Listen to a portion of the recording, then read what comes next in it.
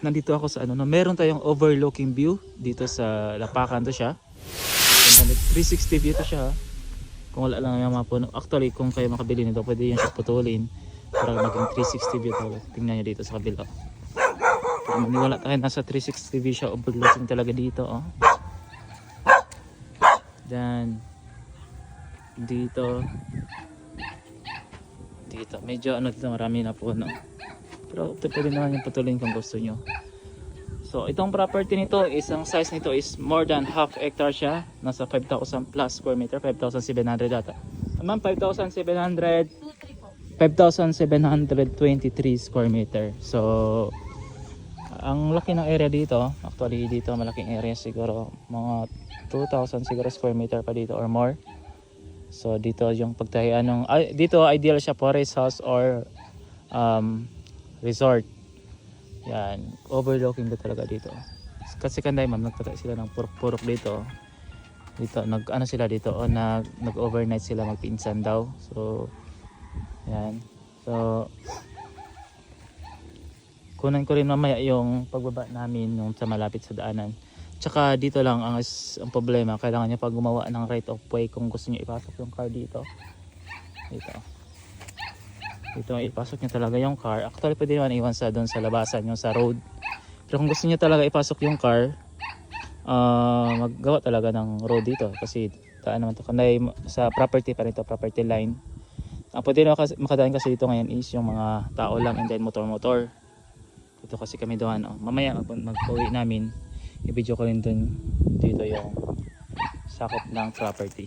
So kung gusto niyo ng overlooking view no 360, ideal for resort development or rest house, isa to sa pinaka best options niyo sa Zamboanga City to siya, Lapacan.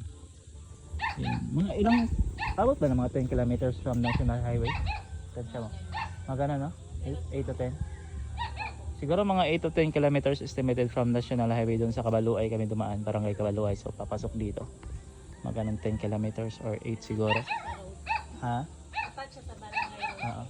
At yung property attached sa barangay road mismo? Ganun. Yung kanina, doon na yan mismo? Okay. So yung property line din is attached siya sa barangay road. So pwede kayo gumawa ng dito, yung exclusive road para papunta dito sa property line, property dito. So yun lang, kung interested kayo. Ang price pala nito is siya, 550 pesos lang per square meter. So nasa 3M siguro, may get yung price. Yan. Thank you for watching. Ano pala to siya, yung status ng property pala nito is clean title and then pwede siya installment. Mag-down lang kayo ng 1 million or 1.5, pwede ma'am no? 1.5 pwede sila mag-down. Pwede kayo mag-down ng 1.5 million. Yung remaining balance installment yun na sa owner, magawa lang kayo agreement. So yan lang. Dito yung property nagsimula dito nagsimula.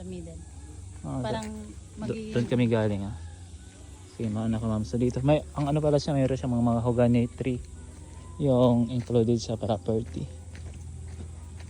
So dito ma'am, mga to yan? Mga hanggang saan dito ma'am yung sa yun sa middle? Before sa may parang bahay sa doon? Opo. Before nun, doon nag-start na punta dito? Opo. Yung dito? Ito na, hanggang dyan. Dito? Opo. Dito nag-start? Parang gilid lang talaga na nito? Oo. Gusto mag-add lang ng Tama no? So ito yung kasama sa niya, kotse. property. Oo.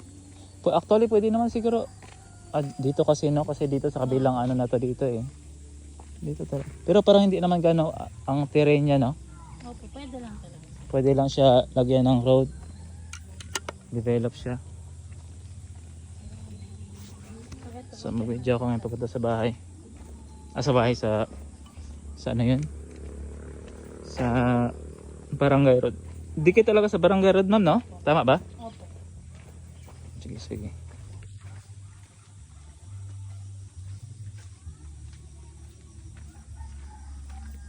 Dito din ma'am. Sa inyo yan. Sa baba, yan. Baba pa? Opo. Okay.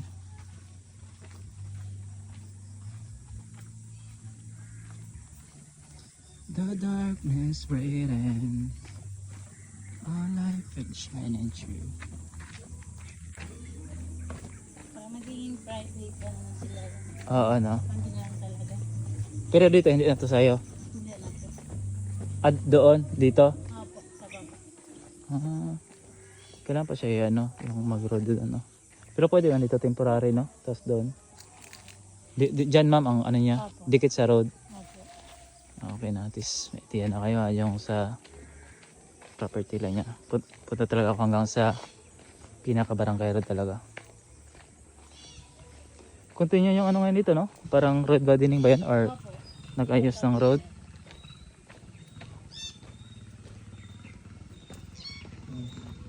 Ito, nag-looking din doon, no? So, nandito na tayo sa barangay road na ng Lapakan. Ito na yun siya. Dito yung daanan. Dito ba yan, mama? From here? Sa baba po. Okay. So dito. Kapatan doon. Straight doon. So yun. At least may idea na kayo sa property dito.